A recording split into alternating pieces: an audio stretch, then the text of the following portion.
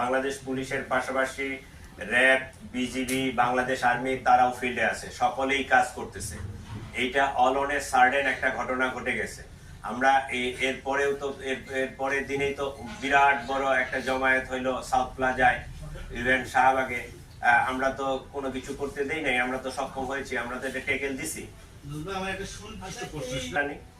এইটা এখন বাংলাদেশে না, সারা পৃথিবীতে নিউ ট্রেন্ড শুরু হয়েছে। এই যে টেকনোলজির যে অ্যাডভান্টেজ এবং ডিসঅ্যাডভান্টেজ দুটাই, টেকনোলজি যখন আগাচ্ছে, আমরা যেমন অ্যাডভান্টেজ এক সময় এইখান থেকে বাংলাদেশ থেকে যদি আমেরিকায় কথা বলতাম, আমরা যখন স্টুডেন্ট ছিলাম, স্কলারশিপ বা ইত্যাদির জন্য চেষ্টা করতাম, তো টেলিফোন করার মতো অবস্থা ছিল না।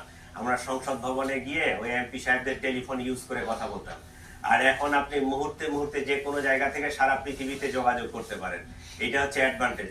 ডিসঅ্যাডভান্টেজ হচ্ছে যে মুহূর্তের মধ্যে মিস ইনফরমেশন গুলো, ডিসইনফরমেশন গুলো ছড়াই দেওয়া যাচ্ছে, ভাইরাল করে দেওয়া যাচ্ছে, এবং একটা গোষ্ঠী বা একটা জনপদ মানে ওই উস্কানিটাকে নিয়ে একটা আনস্টেবল করার বা দেশে একটা ভ্যান্ডালিজম করার সুযোগটা নিয়ে গ্রহণ করতেছে, এটা করতেছে। এটা আমাদের চেয়ে আপনাদের মনে আরো বেশি সচেতন ভূমিকা পালন করা উচিত, কারণ আপনারা হচ্ছেন মিডিয়ার ম্যান। আপনাদেরকে সবাই চেনে, আমাদেরকে কিন্তু বেশি চেনে না। আপনারা যদি এই ভুল তথ্যগুলো, এইগুলো যদি অপপ্রচার গুলো যদি কম করেন, এগুলো যদি বন্ধ করতে পারেন, বা একটা ভুল তথ্য যখনই প্রচার হচ্ছে ওইটার কাউন্টার যদি একটা আপনারা দেন যে না, ঘটনাটা এটা না, প্রকৃত ঘটনাটা এইটা ছিল, আপনারা যদি মিডিয়া গুলোতে প্রচার করেন, তাহলে এটা কিন্তু অনেকাংশে প্রতিরোধ করা সম্ভব।